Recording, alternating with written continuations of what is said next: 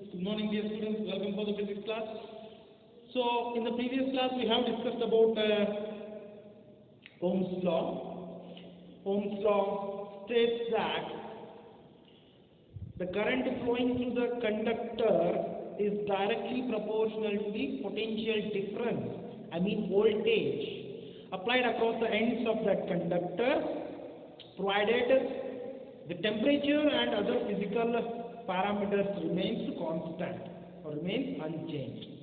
Okay, this is about Ohm's law. So, in which we have studied V is directly proportional to I. Voltage and current both are directly proportional to each other, provided the temperature and other physical quantity should be unchanged, remains same. Okay, so under that we have studied something about the resistance. So, in this class I am going to speak about the resistance. So, what do you mean by the resistance? So, in the Ohm's law, we have what we have explained. V is directly proportional to I. In order to eliminate that proportionality sign, we have taken a proportionality constant R. So, V is equal to I into R. So, that proportionality constant is R there. So, that R is nothing but the resistance of the conductor. So, then we can write R is equal to V divided by I. So, V is equal to I into R. So, you just bring that I to the LHS side. So, R is equal to V divided by I. Okay. So, we can define this resistance in two ways. One is, it is the ratio of the potential difference applied across the ends of the conductor to the amount of current flowing through that conductor. So, V divided by I. It is the one definition. And we can define it in one more way also. The resistance of the conductor is nothing but the opposition offered by the conductor to the flow of current. Opposition offered by the conductor to the flow of current. For the flow of current, the conductor is going to produce some opposition. And that opposition is what? The resistance of the conductor. Okay. So, R is equal to V divided by I. So, here the SI unit of the resistance, SI unit of the resistance is Ohm. Ohm, and symbolically we will write using the small letter of omega. Okay. So, this is the symbol of SI unit of the resistance, Ohm. Okay. Next, so 1 ohm. 1 ohm. How can we define this 1 ohm? So, look here. If V is equal to 1 volt and I is equal to 1 ampere, then R is equal to 1 ohm. So, in this, you substitute V value as a 1 volt and I value as a 1 ampere. Then, we are going to get R value is equal to 1 ohm. That is 1 volt per ampere. 1 volt per ampere is nothing but ohm. So, 1 ohm. So, now, we will define it. So, resistance of a conductor is said to be 1 ohm if 1 ampere of current flows through the conductor when a potential difference of 1 volt is applied across the ends of the conductor. If we have applied 1 volt of potential difference we have applied across the ends of the conductor, and we are able to get 1 ampere of current, then in such case, the resistance is said to be 1 ohm. 1 volt potential difference applied and 1 ampere current flows through the conductor, then that case is of 1 ohm of resistance. Okay. So, here the resistance of conductor is said to be 1 ohm. Okay, said to 1 ohm if 1 ampere of current flowing through conductor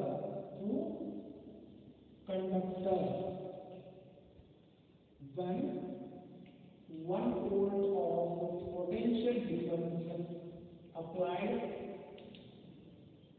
across the ends of the ends of the conductor. Is it clear? Okay. Now,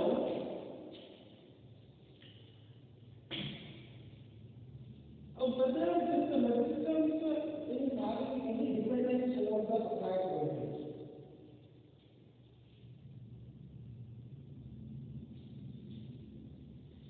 Resistance of the what is the dependence of resistance of a conductor on an applied voltage? Whether the applied voltage is going to change the value of resistance or no?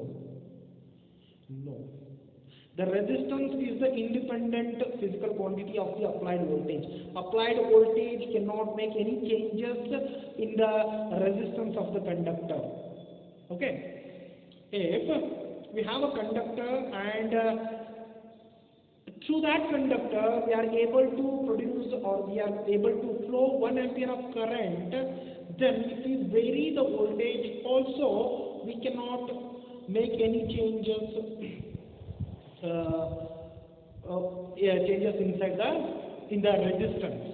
Okay, so resistance is independent of voltage, right? So just now have explained, if we are able to produce a 1 ampere of current through a conductor by applying 1 volt of potential difference, then if we increase the potential difference to the 2 volt, then amount of current in the conductor is 2 amperes. Then what will be the ratio of V by I? Again remains same. So V by I means R is not going to vary with respect to voltage. So R is independent of the applied voltage. This point you should keep it in your mind. Okay. Next, where are the ohmic devices? Ohmic devices.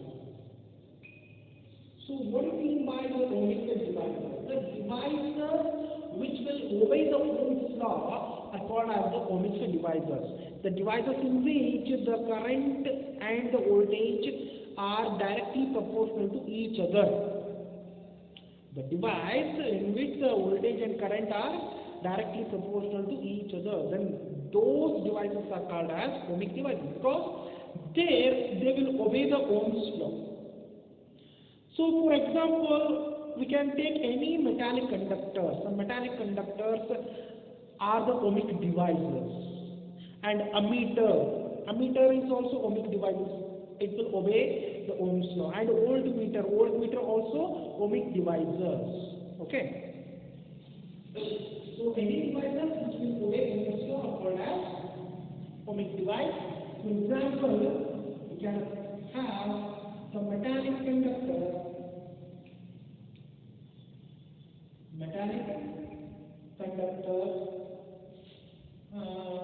and also ammeter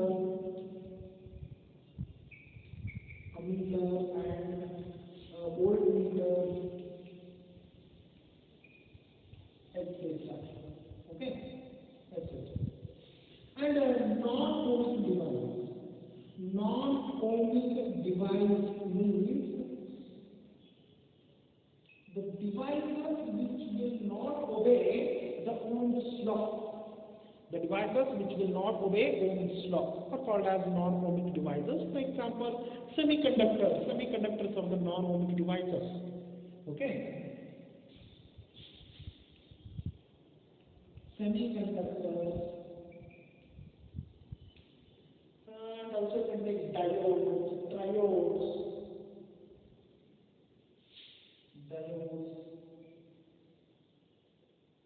and triodes,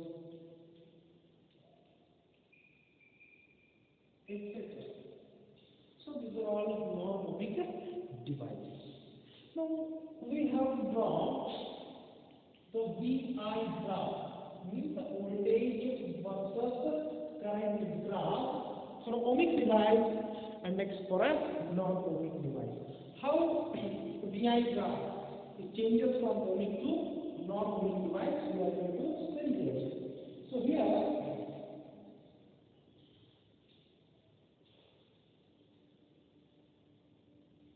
for an ohmic, first I consider for an ohmic device. For ohmic device, if you draw the voltage against the current graph, it will show the linear increase. Okay? Linear increase in case of the current with respect to voltage. So let me take along y-axis I consider the current and along the x-axis I will consider the voltage. In case of the ohmic device, the current will increase linearly with respect to voltage because we have V is directly proportional to I. So that's why current is linearly increases with respect to voltage or a potential difference in case of the ohmic device. In case of non-ohmic device, means I consider the semiconductor diode. Semiconductor diode.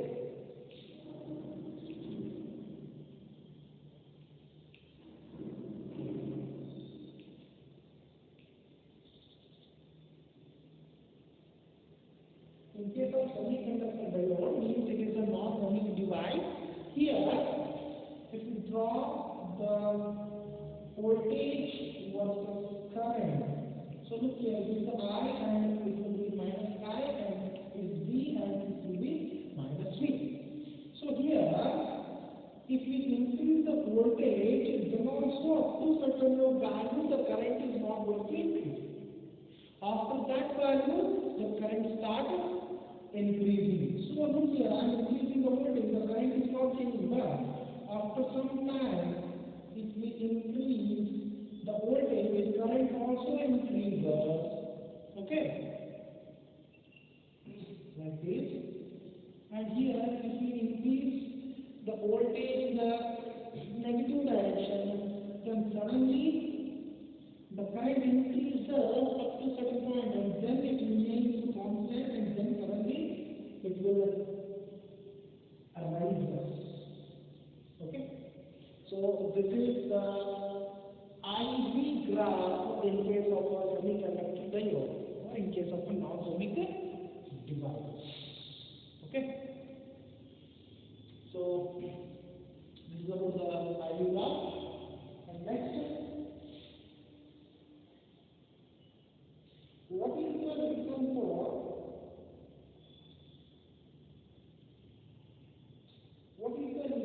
resistance? Why do we come across the resistance? Okay, what is the reason for resistance? The opposition for the flow of current, how it exists, that we are going to study. So let me consider a conductor, okay, a cylindrical conductor. So in this conductor, at the end, we need to connect a battery. Means here we are applying the voltage we are applying. Okay. So when we apply the voltage across the ends of the conductor, current is going to flow inside the conductor. So inside the conductor, it is going to have the atoms, the number of atoms it is going to have, and also it is going to have the free electrons. So look here, I will draw the atoms, the number of atoms. Right? So here, I will draw the free electron. Okay? It is the free electron. So whenever I apply a voltage or potential difference across the ends of the conductor, then an electric field is going to set inside the conductor. Electric field is going to set inside inside the conductor, and that electric field is going to accelerate the free electrons in a particular direction. Okay, so now the free electron is going to move in this direction, and it is going to collide with the atoms, or else you can consider the free ions. So whatever electron here, the accelerated by the electric field due to the potential difference is going to get collided with the atoms or the free ions which are present inside the conductor. Now, again it will change its direction and it will move, and again it will get collided with the atoms or ions. Again it is going to change its direction, again it will collide, and again it has to move. Because of these collisions, the opposition will be produced for the motion of an electron, motion of a free electron inside the conductor. If we are producing opposition for the motion of a free electron inside the conductor, what it means? It is nothing but we are producing opposition for the flow of current. When the free electron moves inside the conductor, then only we can get the flow of current. So here we are having the opposition for the motion of a free electron, then that means we are having the opposition for the free electrons, means it is opposition for the flow of current. It is opposition for the flow of current. That's what we can call it as the resistance. This is the reason why the resistance we can face inside the conductor, because the free electrons is going to collide with the atoms or the ions while it is moving inside the conductor. So that's why opposition will be produced for the flow of current, and that opposition we can call it as the resistance. Okay, so this is the reason. It's clear? Okay, next, so let me consider a wire. Let me consider a wire through which we are going to flow the current. Now, can we say that the wire is charged? If we are flowing a current through the wire, then is it charged? No. What is the basic meaning of charge? Charging. We already studied in the first chapter.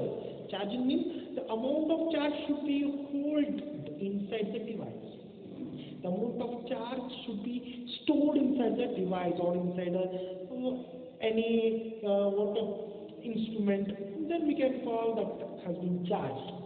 But when we flow current through the wire, then the charges are moving. The charges are not stored.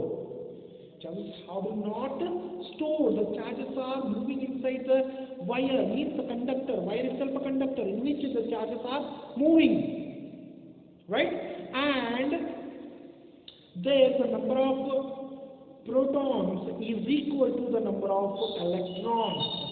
Whenever the number of positive charge is equal to the number of negative charge, then we can't say the device has been charged. Okay? When both numbers are same, the device is not charged. Here we are moving inside the conductor. The free electrons are moving inside the conductor. We are not taking out those free electrons. We have took out those free electrons, then we can say that the conductor has been positively charged. But here we are not taking out the free electrons from the conductors, we are just moving the free electrons inside the conductors. So that's why whenever the current flows inside the wire, means conductor, the conductor is not charged. Because the number of protons and number of electrons are equal, so the net charge is equal. Is it clear? The protons are positively charged and electrons are the negatively charged. So both numbers equal means the net charge of that wire will be 0. So it is not charged. Okay. And next comes the factors on which the resistance of a conductor depends. Factors on which the resistance of the conductor depends.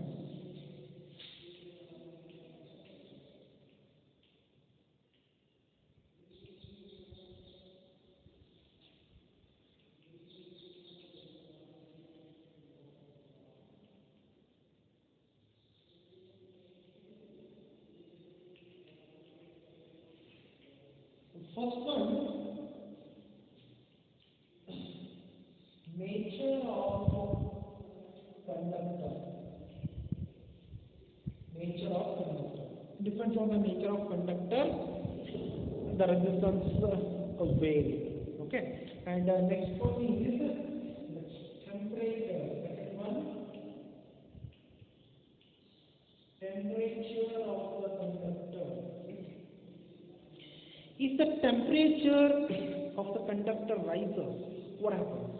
Whatever free electrons we will find inside the conductor will get the extra energy by means of heat, means thermal energy. They are going to get the thermal energy. If the electrons were going to get the extra energy or extra thermal energy, then what happens? They will move with a high speed. They will move with a high speed. If they move with a high speed, they were going to collide with a large number of atoms or ions. The collision between the free electrons and the atoms or ions will increase us. Okay? So, that's why the resistance also increases. You just consider in a road, a person is riding a bike with an average speed of 30 to 40, and one more person we need to consider is also moving with a bike, he is riding a bike with a 120 kilometers per hour speed. So the probability of accident, where we can find more. So the person who is riding the bike with a 120 kilometers per hour, there the probability of accident is more because his speed is more. We have the more speed. So similarly here also the electron which is absorbing the thermal energy and moving with a high speed is going to collide in a large number. Okay, the collisions will be more. Then obviously what happens? The resistance also increases, right? And third one is the length of the conductor. Length of conductor. So as you can see here, if we increase the length of the conductor, what happens? Here the number of atoms also increases, which are going to present in the path of the free electron which is moving inside the conductor. Okay. So here the free electron is moving here, and we are having a free layers of atoms. Okay. If we increase the length of the conductor, then the number of atoms which we are going to find in the path of the moving path of the free electrons also increases. Right? Then if the number of atoms of the ions will increase, then what happens? The number of collisions also increases. The number of collisions also increases. Then what happens? Obviously, as the length of the conductor increases, the resistance also increases. Okay? The fourth point is the area of cross section. Area of cross section of conductor.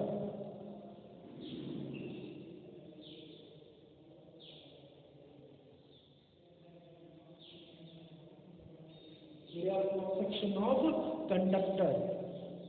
You just imagine that area of cross section of the conductor has been increased. Then what happens? This electron can make its way very easily because the area of cross section has been increased. It can move easily with the less number of collisions. Okay.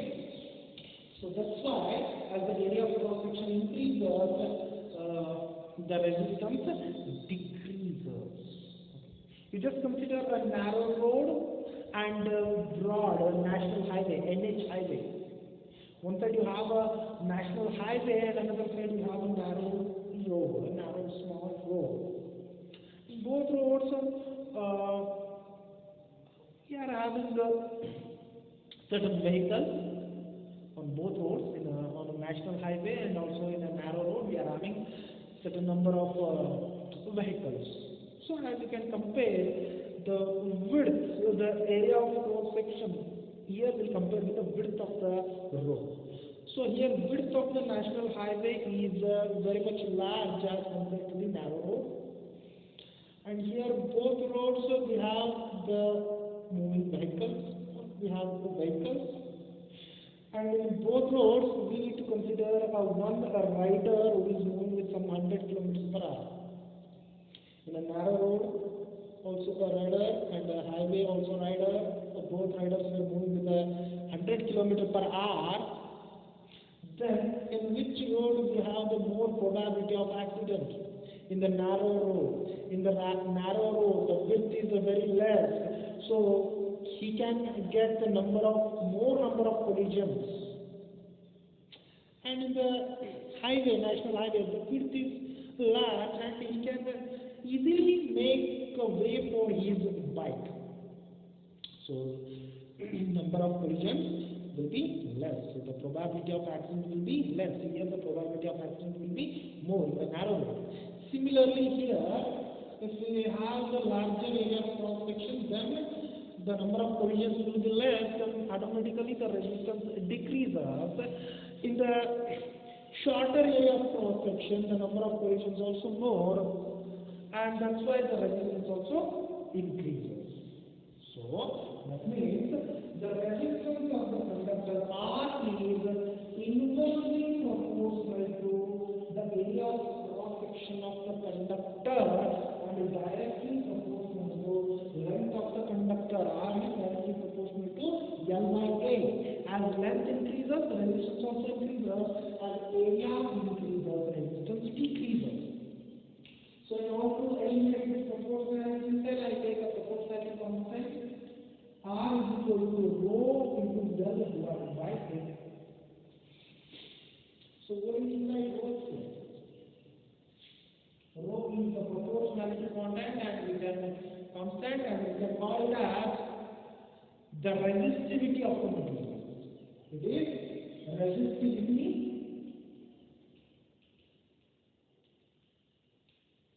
of material of conductor. Okay, but we can also call it as the specific resistance. Both are same. Resistivity and specific resistance. Right? But the resistance and the resistivity are different from each other. Resistance means the opposition offered by the conductor for the flow of current. Then resistivity means it is opposition offered by the conductor of unit length and unit area of cross section. Okay. So resistivity means it is opposition offered by the conductor of unit length and unit area of cross section. Here in this equation, if L is equal to, in this equation, if L is equal to 1 meter and area of cross section is equal to 1 meter square, then we can write a rho is equal to 5. So here also 1, instead of L we have 1 meter, instead of A we have 1 meter square. Then what happens? Rho is equal to R. Here rho means the specific resistance of the resistivity. Is it clear? Okay. So resistivity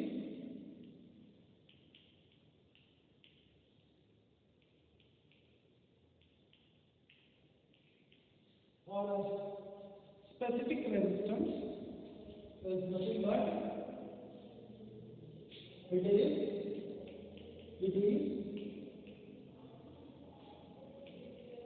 opposition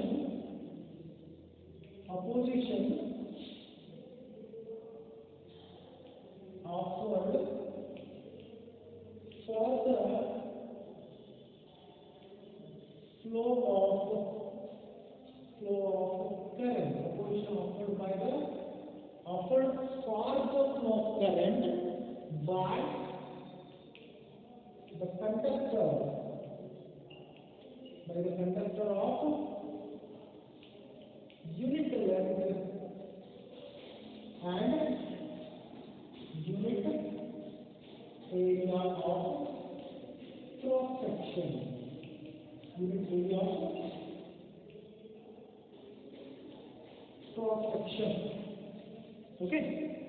And what is the SI unit of resistivity? Opposition upward of the flow of current by the conductor of unit and unit area of cross section. Or else you can also say that the resistance of the conductor of unit length and unit area of cross section. Okay. So it is also defined as resistance offered by the conductor of unit length and unit area of cross section. Okay. So the next assignment.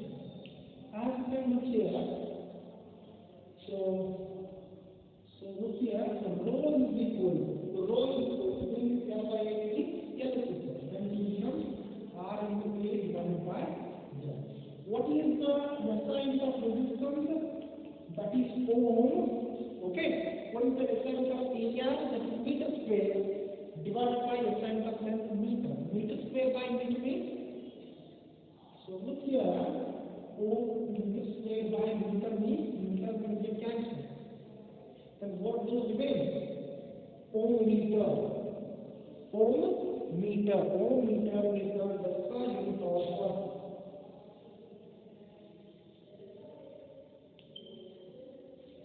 ohm meter is the SI unit of resistivity.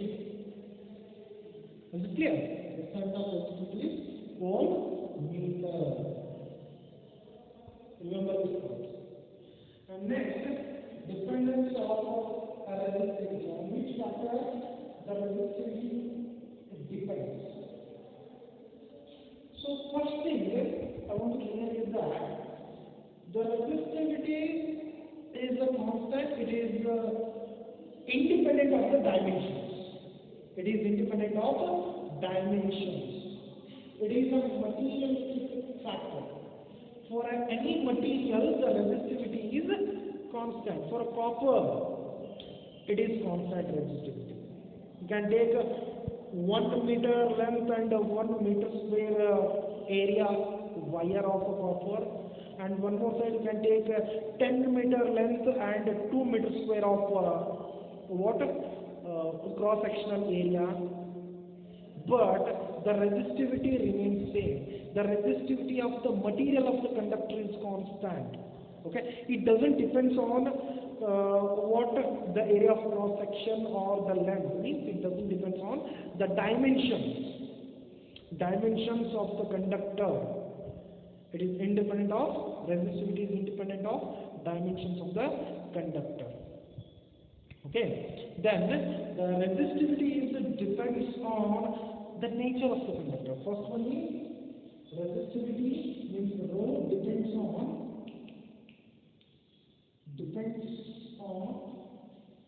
nature of conductor, means the material of conductor. And next one, it depends on the temperature. Depends on temperature of the conductor.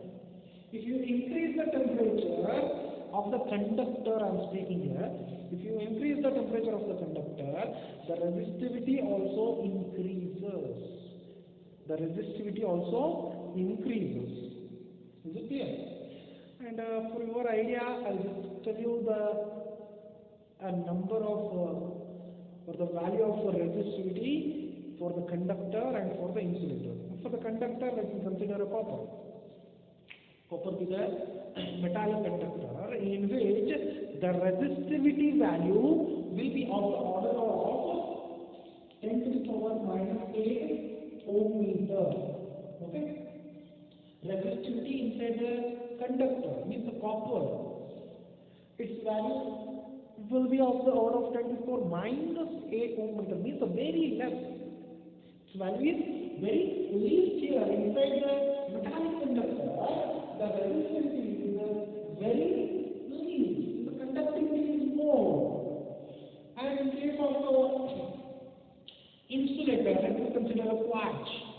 quartz will be the insulator, is the insulator, quartz is the insulator.